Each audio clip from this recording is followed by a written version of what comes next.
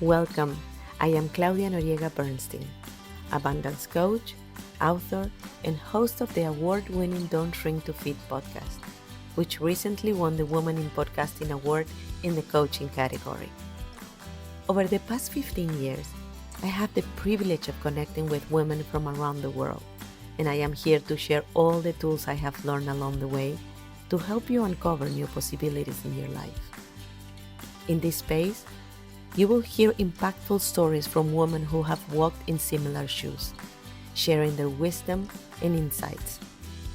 Each week, I welcome a new guest, open and ready to support you on your journey. Together, through spirituality and coaching, we will explore your passions, reveal your inner gifts, and embrace possibilities you may not have thought were within reach. Let's grow beyond limits, so you never have to shrink to fit again.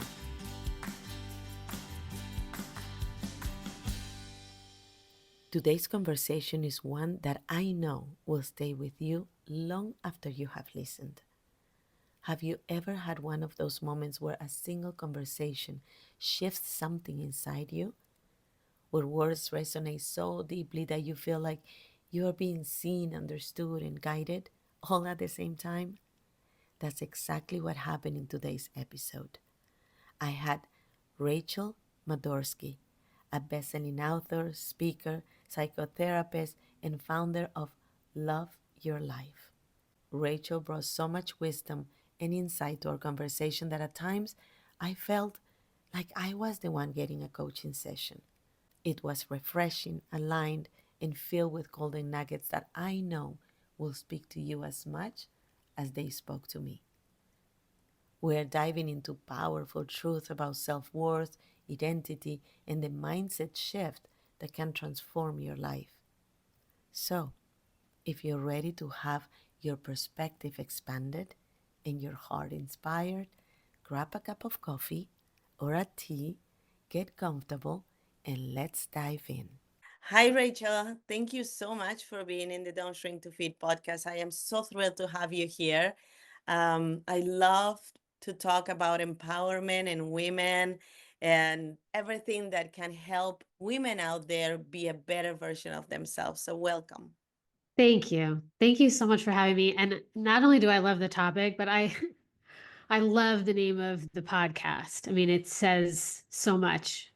I think to an extent we're conditioned to shrink, right? And fit whatever the world, our parents, everybody else tell us to be, and somehow we get domesticated to become that. So I love when I have the opportunity to work with my clients and show them that other side that is available also for them. So I love what you do, and I have watched you in a couple of interviews and stuff like that, and I was like, wow, this girl is in my tribe. I love that. Thank you. So I wanted to start talking about policies because I know you don't call them boundaries, you call them policies. And boundaries is something that everybody uses. But when I heard you talk about policies, I thought it was less confrontational to an extent and more welcoming to just say, these are my policies. So how did you come up with that? Well, I came up with it by borrowing it from someone I love so much. She's a brilliant coach. Her name is Gina Gabellini. And one day she Mm-hmm. said she was coaching me and she just said, "Well, why don't you just like make a policy about that?" And and it was nothing to her, and to me it was like, this is so relieving to call it a policy. It makes it so less personal for the person who would like a new policy and the person receiving it, right? And Yeah. so I thank Gina for that. And I use it a lot. It makes it more fun and malleable. Yeah, yeah, because it's either boundaries or rules, right? That's what we are wired to think. But when you talk about policies, it's softer. It's like, okay, well, those are my policies, and you have the freedom to either comply or not. And if you don't, then I guess we can be in the same place together, or we cannot work together, or whatever comes after that. So I thought it was brilliant. And listening to you talking to Anna, which I only heard the first part of it, as I said to you, and you said you don't do anything before noon, I started laughing because I make appointments with myself. And I always tell people I don't work 24/7. I work 24/5. And, but those were always my boundaries, but now I'm going to call them policies. you know? So I love that. And are you like that in everything in your life? I mean, I do my best. I'm a human and I Mm-hmm. can get obsessed about things and I can start working too hard. And I have this trick that I love to do, which is if I find myself in a moment of stress, I just silently ask myself, am I having a good time? I just say, am I having a good time? And when we're not having a good time, we know it. Right. And if the answer is no, then I just know it's time to stop doing something, shift, slow down, take a break, rest. And I do try to build in policies that make my life beautiful. And Right. I'll also say, I think integrity is so important. And so to me, part of the integrity of the work I do, and the work I do, I love helping brilliant leaders, but I especially love helping brilliant women Yeah. leaders. So to me, part of the integrity is how do I help someone really create a life that they actually Mhm. love for real on the inside so that the insides feel even better than the outsides look? Well, the first way as coaches that we do that is we have to do it here. We have to go Yeah. first. And so I like to remind myself that every good thing I do for me, I'm doing for me as a leader so that I can come to you and say, yeah, you can have it your way. You can Right. absolutely have it the way you want it. Yeah. I was reading a book the other day and it says you don't need to motivate anyone, you have to inspire them. And it Mm, totally, it was an aha moment because as coaches, we always think we got to motivate. We have these words that, in a way, we inherit, right, from other coaches. And then we're like, we have to do this and we have to do that. And that goes with the boundaries and the motivation and the blah, blah, blah. But when you start changing the words in the conversation, it makes more sense. I I am a rule follower in a lot of ways, but I also have my own policies, So it works with me. Today I was having a live with another coach. We do it every Wednesday. We talk about different topics, and I said to her, I inherit a lot of conditions from my mom and how to be a mom, and these are the rules how to be a mom. But I had to take a step back when I had my first daughter and realize what it is that I needed when I was a kid. What were the voids? Because I don't want my kid to have those same voids. And if I follow that pattern, that's exactly what I'm gonna give to her. She's gonna receive exactly what I received. And yes, she might be a different human and might have different needs, but some voids that I have were very big. So I'm not gonna just follow those rules. I'm gonna create my own, and I'm gonna create my own way, the best version, the best mom that I know at that moment how to be. And I might be a different kind of mom with my second one, and a completely different one with my third one. And that's okay, because there is also no rule that tells me that I have to be the same mom with my three girls, because they have different needs to begin with. So I love that you said that, and because it also made me think about what I am learning every day and how to become a better human and be an avatar for other people instead of trying to just motivate them. It's more fulfilling for me to begin with. yes, absolutely. Sometimes I've used in the past when I'm working with women that are also moms, Mm-hmm. this idea that the more you take care of you, the more you model that for your little ones. Yeah. And then it's very empowering and it's very inspiring for those of us who feel motivated by being in service.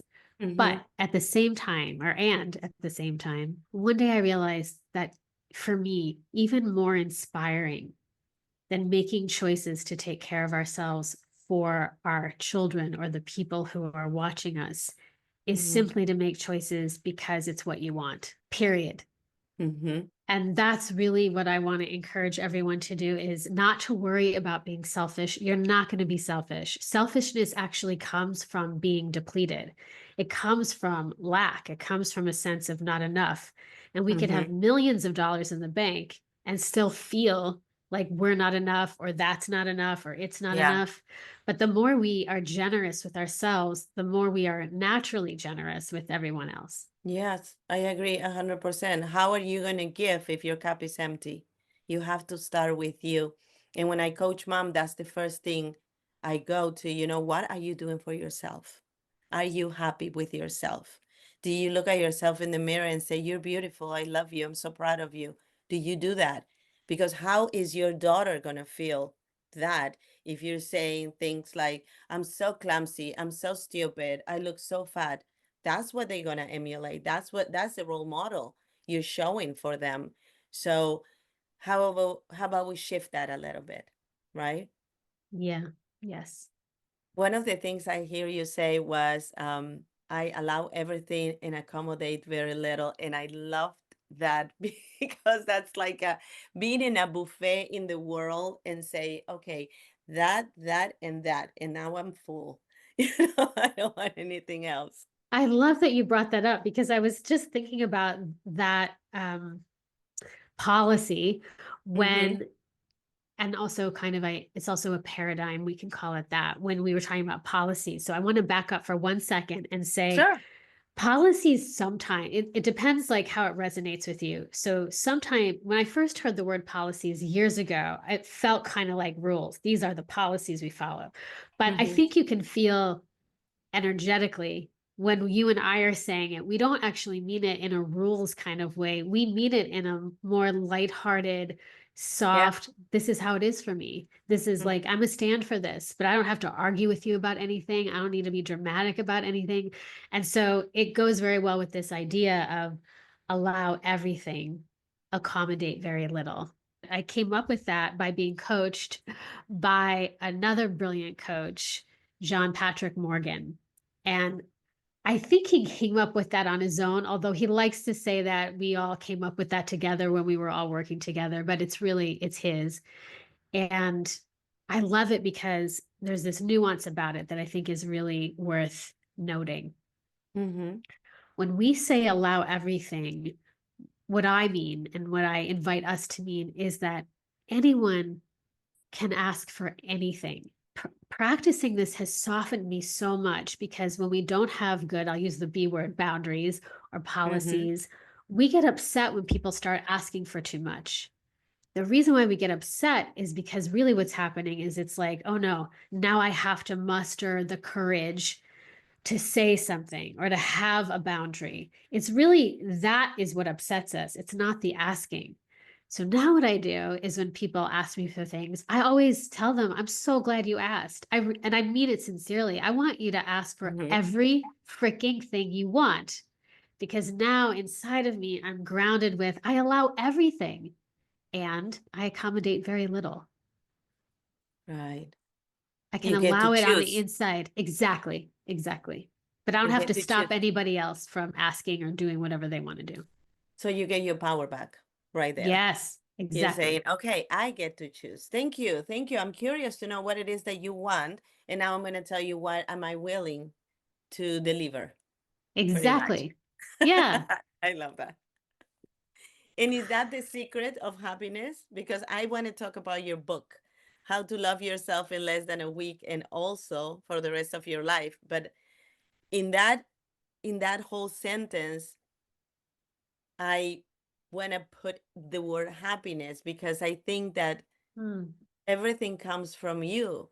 And when you love yourself and you feel that you're enough and you're worthy of everything, you're happy because you're not craving really for nothing that you cannot have. You see possibility in everything, correct? Oh, that's such a really bright, smart way to say it. So, Okay. yes. And I don't want to negate the fact that we're relational people. We like to Mhm. have our connections. I know I do. I think there's a myth. I don't know. I just want to break it right here. That's like you have to love yourself in order to have a partner that loves you well. And I'm going to say, no, not necessarily. We're all on a path and we're Okay. all works in progress. I mean, my husband and I, we've been together for 20 years and Same here. yeah, cool. Yeah. And my ability to love myself now is a thousand cajillion times greater than it was when we met. But this guy loved me then and loves me now. So I also want to actually take the pressure off of people that you have to love yourself before you can have XYZ. And rather, and this is part of why I wrote the book, I wanted to make it simple and easy and fast and lighthearted and joyful. I mean, if you just do one thing every day, one tiny thing, like buy the expensive blueberries or, just or say no to something you don't want to do, like one sweet thing, you Mm. will change the trajectory of your life and you will get all the benefits of loving yourself by practicing the actions that you would take if you were totally and completely loving yourself. I love that. I used to tell my girls when they were little, you get to instead of you have to, and put the power on them. That's your choice. You get to go to school. You don't have to go to school. You get to go to school. And how amazing it is that you have that opportunity. Then you can learn something and you can be with your friends and you can be proud of yourself because you achieve something or you have a good grade or you work hard on something and you see the how you say the reward of doing it. So you get to do all those things. You don't have to do anything. No, you don't want to go Exactly. to school, don't. I actually had a whole conversation with my youngest one once about going to school and her saying, I don't want to go to school. And I said, okay, you don't have to. And then Mm, I went into this is what happened if you don't, then you're never gonna be able to have a job or a business and you probably end up homeless and you probably blah blah blah blah blah. And I go, so if you don't want to, that's fine. I mean, you get to go to school or you don't. And she goes, I'm going. Like, great. But that was also helping her understand, that everything has a consequence. And although you get to do this or that, your choice is what's going to determine what consequence, positive or negative, is going to come to you. So the ball is on your corner. What do you want to do? Oh, I want to go to school. Great. I think it's so important to give that power to kids. And oftentimes I talk to moms because I work with moms and they talk to their kids like if they're second class citizens, like you don't get to decide anything. I said so, and I grew up like that. Stop mm, crying, do what I tell you because I said so, whatever. I don't believe in that. Although I believe that our hierarchies I always say you have hierarchies even in heaven, right? And I'm your mom, so at the end of the day, I'm gonna be the one making the choice that I believe is best for you. I want to hear what you have to say. I want your feedback. I want to take in consideration your feelings. How do you feel, and why do you feel this way? So then, when I make the decision that is going to involve the four of us, because I was a single mom for a long period of time, before I met my husband, I wanted them to feel as a part of a whole, not just me making the decisions and you just go with it and your emotions are not valid for me. I want to hear it. And the decision I'm going to make, I want you to trust me that I'm going to make that decision because I truly believe in my heart that this is the best choice for us. And you might not like it. And I understand. And I'm sorry. And let's sit with your feelings for a little bit to see why it is that it's triggering you to be so resistant. But at the end of the day, I'm the adult. But I never erased their emotions. I never shut them down. I never said, I don't care how you feel. This is what we're doing because I said so. And it's so important to raise kids like that and to teach them that so then they're adults that also care for other people's emotions and acknowledge them and validate them. You don't have to agree with their emotions, but you get to validate them. And I think that's important. agreed. So tell me more about your book. What is your book about? What do you give in that book? The book, it's kind of like a children's book for adult women. And Mm-hmm. it's very sweet. It's got doodles and pictures, and it's very readable. I know a lot of us feel busy, and I like the idea of being able to give high impact with a very little amount of time. And so the book is really like a step by step guide and a hug and a permission giver for exactly what you can do to practice loving yourself in a very real way, in a very easy way. And then the results are that you start living a life that is more authentic and more generous with yourself, more loving with yourself, more money comes in. I think money is a really important piece of all of this, and abundance is a really important piece because the more generous we are with ourselves or kinder to ourselves, whatever words resonate, Right. our capacity to receive increases. Taking is very different. It's such a different phenomenon than receiving. We take when we're feeling needy, but we receive when we're practicing feeling worthy, like we can contain more and more goodness coming our way. And the more we do that, the more money flows into our life. Yeah, but sometimes it's hard to receive. And I'm saying this, I don't have a problem now receiving, but for many years, I couldn't even receive a compliment.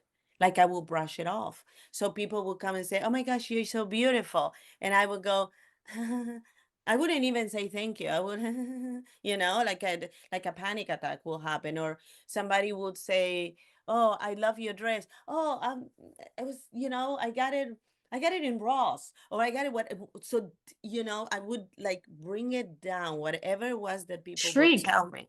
Yeah. I would totally deflate that compliment. It was probably because I didn't think I was worthy of that compliment. And I see that more in women. They don't have a problem. Women, in the majority, when we receive a compliment, we don't we don't own it. We don't receive it. And it wasn't until I went to an emotional intelligence seminar that one of the coaches actually gave me a compliment, and I brushed it off. And she goes, "No, wait." And she stopped me and she goes, "Did you hear me?" And I said, "Yeah." And she goes, "How's it feel?"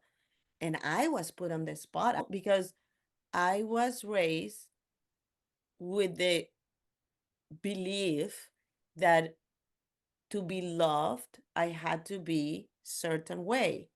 And why are you giving me a compliment if I didn't do anything to deserve it? So I can accept your compliment. Maybe you're just being nice, but it might not be true. That was my mind process at that moment. Why do you think women have such a hard time receiving compliments? I will tell you, this is really important. So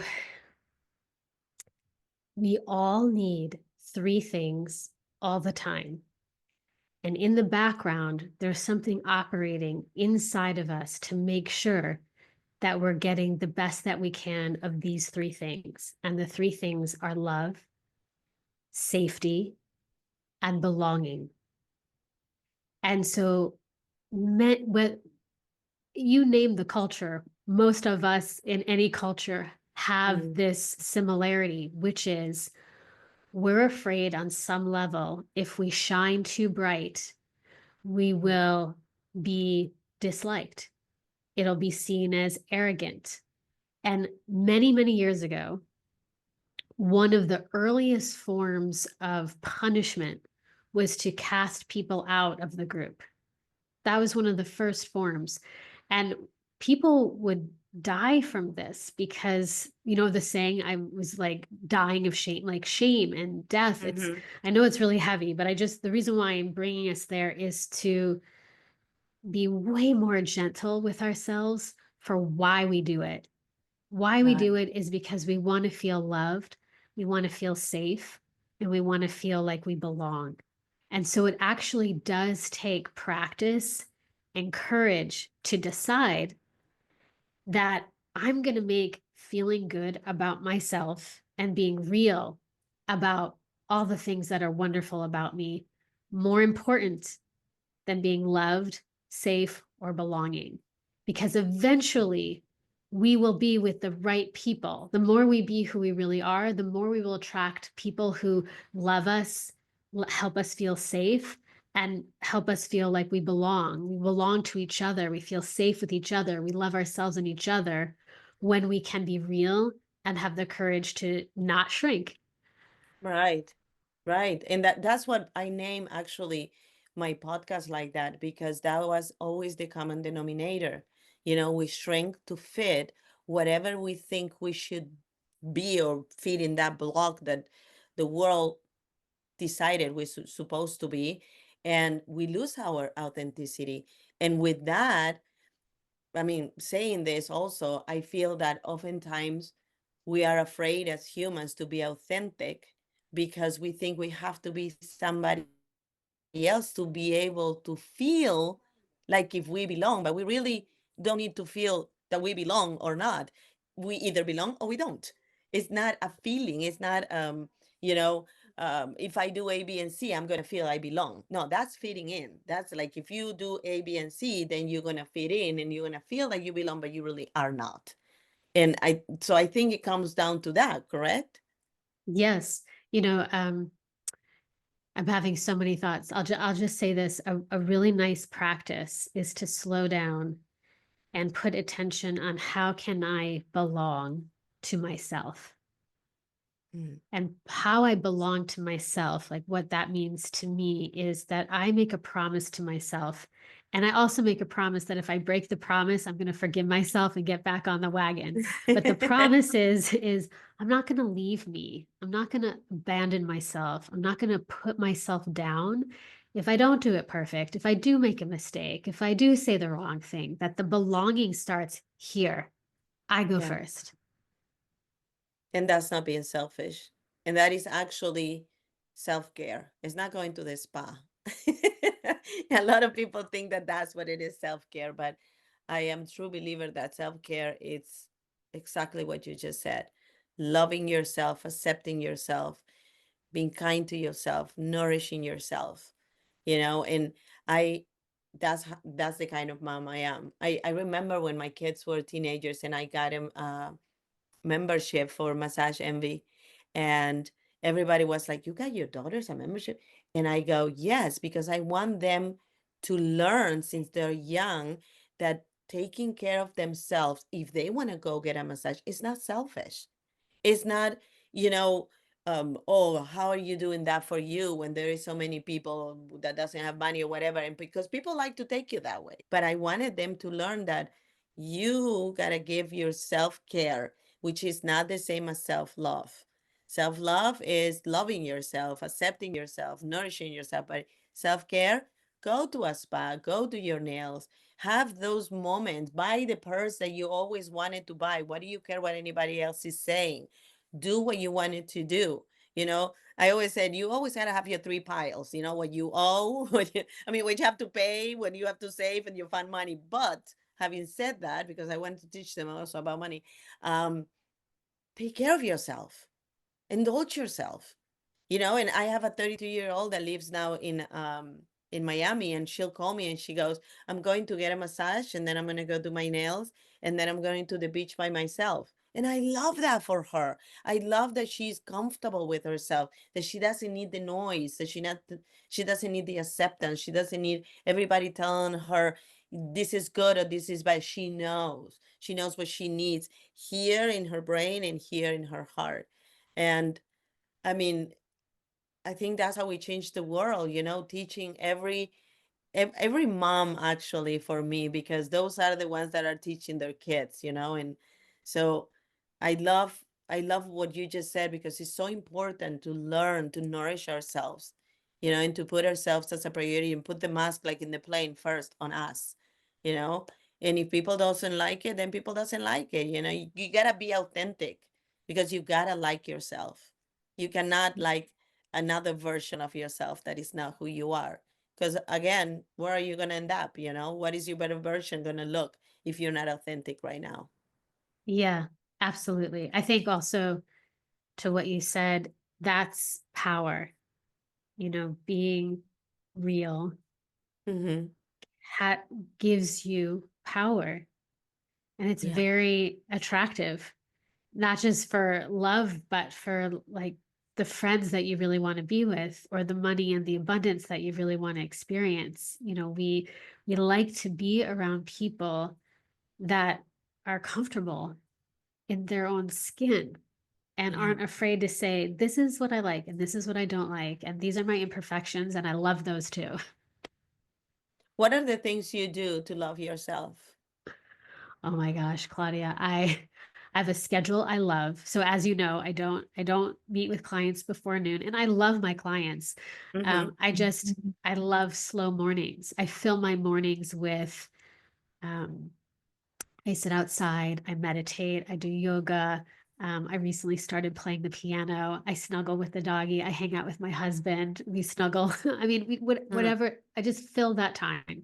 So the way I spend my time is a way that I love myself. Another way is that I frequently check in and ask, am I having a good time? Is this what I really want? Or I'll slow down and I will actually ask myself, what's the most loving thing I can do for myself now or today? Mm. I actually ask because I think, you know, self love can quickly turn into a platitude and just like words that feel foofy. And so Yeah. I think it's really important for each of us to tune into, well, what would it look like for me? Maybe it's not the same as you or your best friend or your daughter or your sister or your mother. It's really important to go in and see and ask and be curious. If I were really loving myself, what would I change around in my life? I bought this giant whiteboard and colored dry erase markers, and I find that it's a fun way it's just a different version of journaling. It just feels big and freeing. And one day I wrote at the top, I give myself everything I want because I love myself. And I just started letting myself, what's the truth about what I want? Right. Or Rachel Rogers, who is wonderful. She wrote a book called We Should All Be Millionaires. It's a great book. And she has this exercise, and I love to share it with people. And basically, it's just between you and you. You don't have to share it with anyone. You don't have to tell anybody. What Mm-hmm. you write down in your journal or on a piece of paper. If I were being really bad, or if I were being a bad girl, I would, and and look at the list. And the fascinating thing is that when we look at our lists, we will be so thrilled and surprised to see how many of those things are actually not bad, how legitimate those things are, Yeah. but we haven't been letting ourselves actually see that it's what we wanted. Wow. And I love that you're talking about good girls. You know, I'm working on my TED Talk, and the title is I Was Never the Good Girl My Mom Wanted Me to Be. And it had taken me through a rabbit hole at times. Um, because I grew up thinking that I had to be certain way to be a good girl. And I married the person they wanted me to marry, and I lived the life they wanted me to live. And I did a lot of things that were not aligned with myself. And what I was going to ask you when you were talking, when I interrupted you, um, was that calling comes from here or from here? Because I was very much in my head, although my heart was aching. And I remember my dad saying to me, you think with your heart and you feel with you think with your head and you feel with your heart, because when you make a decision with your heart, it's going to be an emotional decision. And I ran with that for a long time. And I have learned that in some moments in my life, I need to think with my heart and go with that. Um, because I think, and correct me if I'm wrong, that all those beliefs of being a good girl is part of the domestication, that we go through when we're kids. And we take those ideas and beliefs as facts. And if we don't fit in those ideas, we're not a good girl. And that haunted me for years.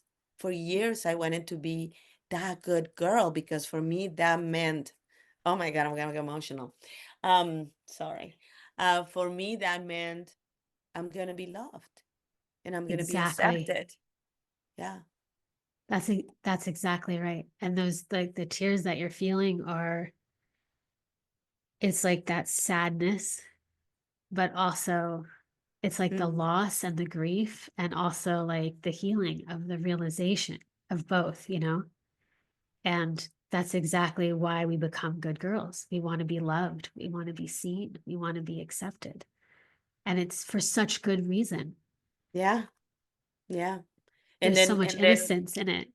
oh, it's so sad because to an extent I think we grieve that person that we're not anymore. Because it's kind of like, I don't remember, Stockholm syndrome, when you don't run away from the person that kidnapped you because Yes. you somehow you feel safe, although you're not. Um, I went through that myself. I was attached to that good girl that was an imaginary good girl because really, if I think about it, it's not that she was a bad girl, but she was a very unhappy girl. So Right. so I grieve that girl so much, and in the same token, I would like to go back in time and give her a hug and tell her it's okay, you're enough. You don't have to. You don't have to. I don't care what they think, I don't care what they want. You get to be yourself. And yourself is much, much better than that version of yourself that you're trying to create just to feel loved and accepted and worthy. And oftentimes I see in my clients, I see me in them. I see me in them 20, 30 years ago.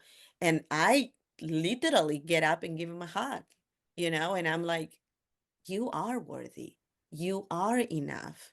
You don't have to be anybody that you don't want to be because you're already amazing the way you are. We just need to dig in to get that woman out of that shelf that you have created, to Yes. camouflage that good girl that you believe you have to be. You know, one of the things that helps speed up that healing, I think, is to do just a few things that are really bad. You know what I mean? Like, we can't, we can go back. We can actually close our eyes and see that little one that was just working so hard to do it right and to be good and be perfect, and hug her. And then we can Mm, open our eyes in present time and ask ourselves, all right, well, what's a rule, like a rule, quote unquote rule, that yeah, we've given ourselves that yeah, we can just freaking break right now, and break it? yeah, yeah. It's crazy, when I think my husband sometimes says to me, you have lived so many lives because there are so many versions of myself. And I honor all of them because I'm here because of them. The insecure, the afraid, the rebel, the whatever. Those versions of me are inside of me. And I honor them and I love them, but I also grieve them. And it's like, oh honey, I'm sorry you had to go through that. It's Absolutely. so hard sometimes uh, to be humans. To be human. It is. It Mm. is. And talking about hard, sometimes we believe that if something comes easy for us, it's not worth it. Like I said That it is the rule sometimes. worth breaking. That Oh is one of my those rules God. I'm talking And about. and you know what? I say that sometimes to my kids when they can and shame on me. I say that to my girls sometimes, Hang on, hang Um, on, hang on. Not shame on you. L- Love, love, love on love, you. love. See the Um, innocence of where that comes from, because you lived it. Yeah.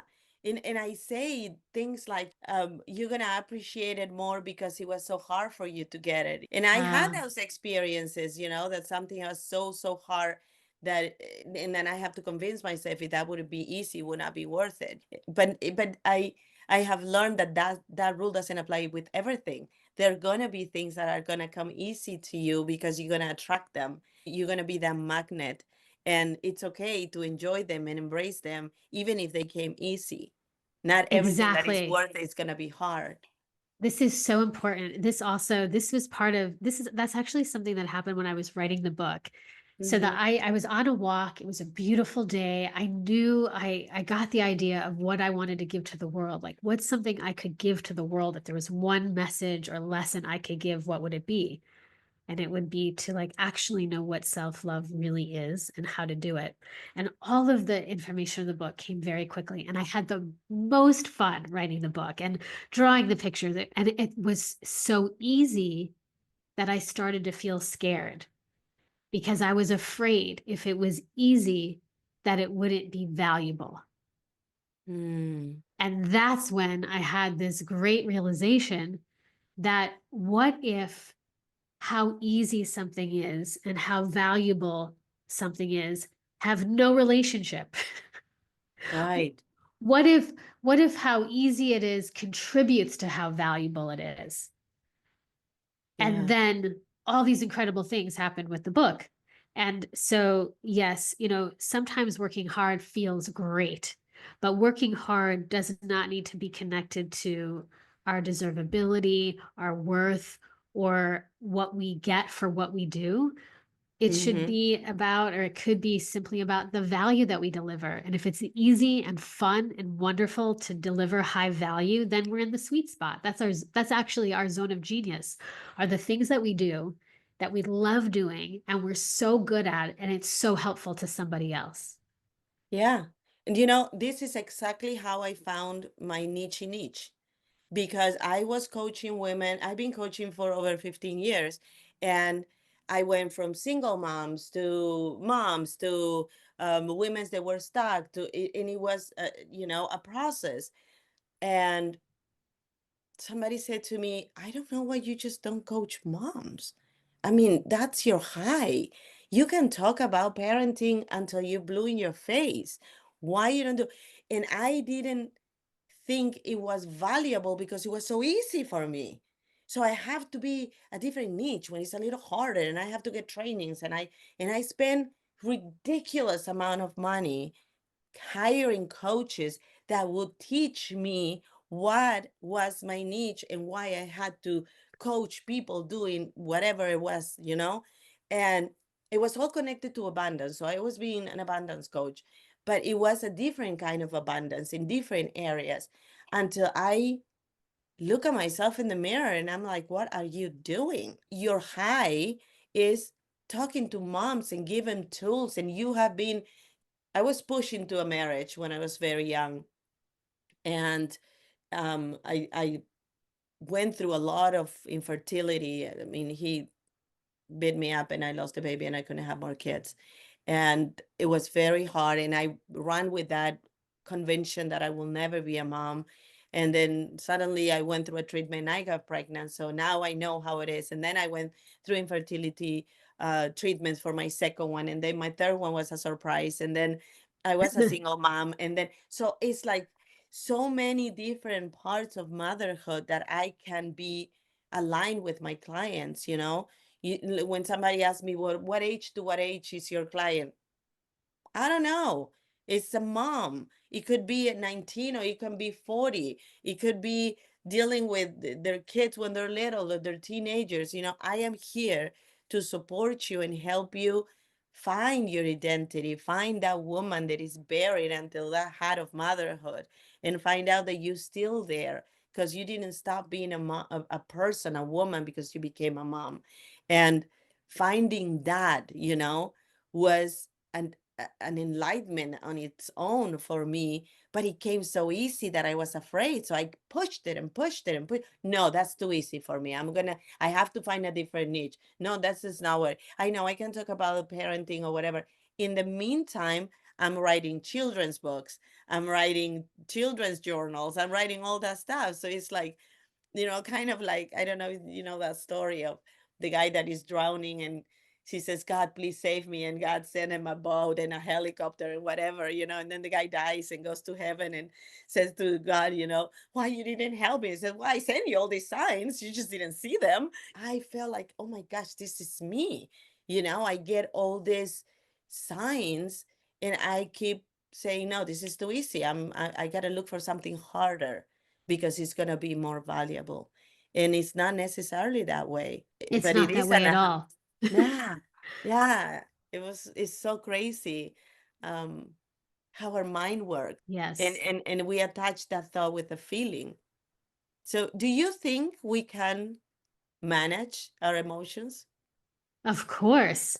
I mean, you stumbled on something so beautiful. And so I just want to say it out loud for all of us because it isn't about the details. These are your gorgeous details that are authentic to you.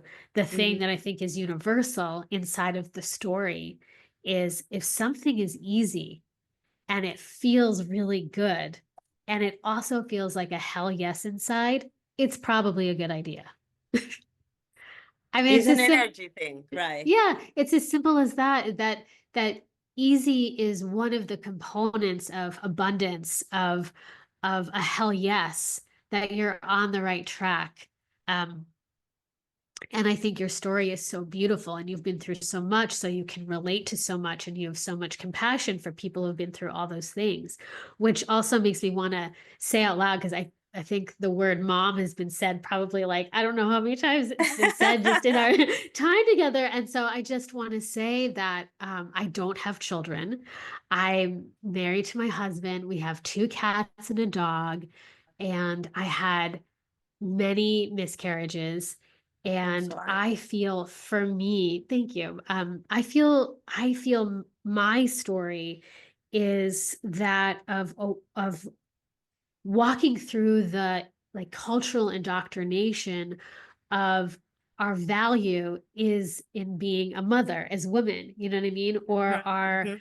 um the normal thing is to be a mother, and if you aren't one, you're missing like out in life. And so Right. I feel together we're like a circle holding all the women and saying wherever you are, if you have children, yes. If you don't have children, yes. If you wanted children and weren't able to have them, yes. If you didn't want Yes. children and you don't have them, yes. Like all women are included.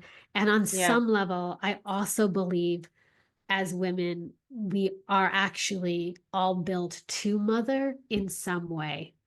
And I Yes. know for me, I work with a lot of women who were not well mothered. Mm. And it is one of my greatest graces in life to help women mother themselves and give them everything they ever wanted in life when they were a child and as an adult that they ever wanted now. Yeah, I agree with you 100%. And I think as coaches, in a way, we give that nurturing to our clients. We play that role in certain times of the mom. Let me help you, let me guide you, let me teach you, let me show you the tools that you already have in your toolbox, and maybe you don't notice them, but they're there. And I see that. I remember when my kids were adults, my husband says to me, "What are you gonna do now that they don't need you anymore?" And I'm like, "Oh, what?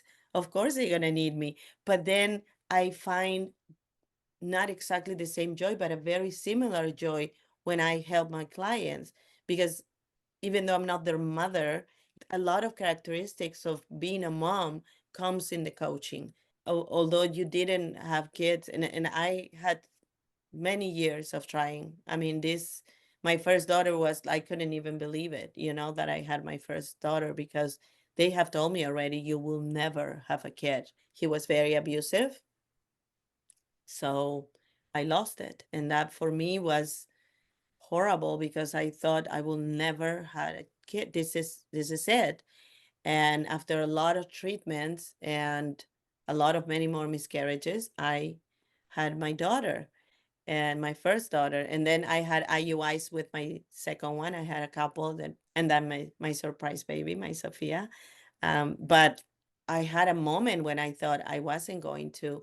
And I had to go through accepting that and find within me how other way I can mother, how other way I can give all this love that I have.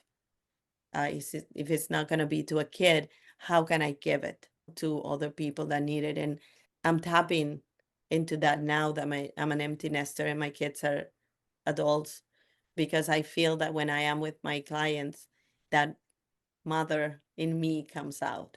I'm sure with you too. Yeah. Yeah, I mean, for me, we love not having children, and we our life is we're the children.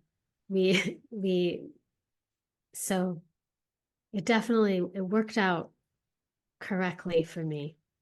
And Yeah. I think that it worked out correctly for you. And I think, in everything, we can always ask what is the blessing here? What is the unasked for desire that is actually being met here? Mm-hmm. And and for anyone listening, if you can relate to Claudia, or you can relate to me, or you can relate to a completely different story that isn't either of these stories, we make up such a beautiful mosaic of we all go through our own experiences of motherhood with or without children, as daughters, as Right. women, as adults. And um, but I do think that a common theme, to bring it back to self-love, is to give yourself the love in whatever way you can that you always wanted. And in doing so, we not only do we mother ourselves, but we mother the planet in the healthiest, most um, encouraging and empowering way. Not like Yeah. in a babying way, but in an actual uplifting, empowering manner. Yeah, I agree with you. I can talk to you for the next 3 hours, but but I think I don't think anybody's gonna listen that long to us. Like, you guys, go have a coffee. I appreciate you being here. I wanted to talk about so many other things with you too. I'm actually, funny thing, I heard that you have an improv theater in Yes. your house, and I that's how I started. I started Not in doing my so. house. Oh, not in your house, okay. We have an But you actual have one. theater Oh, I that's love on, that. on a street. Oh, I love that. But I started as an actress. I did soap operas when I was 17, but I started by going to improv theater. And for me was so healing, so healing to just pretend, but also Mhm. allow my emotions to come out. And I asked you earlier if you can choose your emotions because I believe we can, but I wanted to see your point of view on that because I believe that our thought creates our emotions. And if we can choose our thoughts, then we can choose our emotions. What do you think? I think it isn't black and white. I think that we naturally feel things, and it's okay to feel anything and everything. And if we can slow down, we may see that our thoughts choose our emotions, although they're actually doing studies now that show that there's something going on biologically that's creating our emotions, that there's other stimulus aside from our thinking. But to me, I think it's more empowering to assume that our thinking is creating our emotions, not so that we feel any kind of shame or guilt when we're feeling something that we would prefer not to feel, Mm-hmm. but to allow ourselves to feel empowered that if we're feeling something that we don't like, to actually let go of the resistance or the judgment on it and just actually let yourself feel it and let it move through, and then start thinking a better feeling thought, one better feeling thought at a time. And through that, we can lift ourselves up and feel something different. I love that. And some happy music and laughs that always helps. Yes, yes. Dance, chocolate, a hug, Yeah. nature. Yeah. I love that. I love that. I love to laugh. I love to laugh and I change my mood with music. Like if I recognize that I am in a place Mm. in my life and in my head and in my heart that when I feel I'm starting to go down because I know the signs, I help myself. I play music. I see something funny. Sometimes my husband will say, what are you laughing?" And I said, "I needed to laugh for a minute." So I go on Instagram, whatever, and I look for something funny that would actually, you remember when you're an actress, that you do the exercise with the stomach that you make yourself laugh. I do Yes. that. I literally do that, and I started laughing, and I think my brain doesn't know any better. So it sees me laughing and it's like, oh, well, I guess we're going to shift, So I think we have so many tools, so many things that we can do to help ourselves. I don't believe in a God that make mistakes. So I think we're perfect the way we are. We just need to dig in a little more and find our talents. And that's that. I agree. Thank you so much for being here. Thank you so much for sharing your wisdom. I love talking to you. I have watched you a couple of times in other interviews, and I was like, oh my gosh, I so much want to have a chat with her. So I am very happy that you came. Thank you, Claudia. Thank you for having me. Hey, Mama, if you're feeling exhausted, overwhelmed, or like you have lost yourself in the chaos of motherhood, I see you and you are not alone. I know how heavy it feels to be pulled in every direction, running on empty, and wondering why sometimes you just can't push through. But hear me when I say this: you are not failing. You're just caring too much, and it's okay to need support. I have worked with so many moms who felt the same way, tired, drained, and struggling with guilt for not being able to do it all. But here's the good news: you don't have to do it alone. That's why I created my coaching program, to help moms like you break free from burnout, get your energy back, and actually enjoy life again. Whether it's a one-on-one coaching, my transformational programs, or simple tools to help you feel more in control, I have options that fit your life. DM me balance to my Instagram or visit my website to schedule a free discovery call. All the links are in the description of this show. You don't have to keep on doing this all on your own. So let's figure it out together.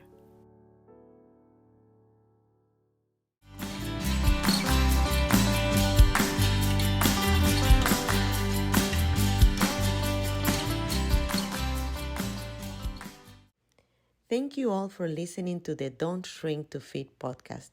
If you like this episode, please write a juicy comment below and subscribe to my podcast.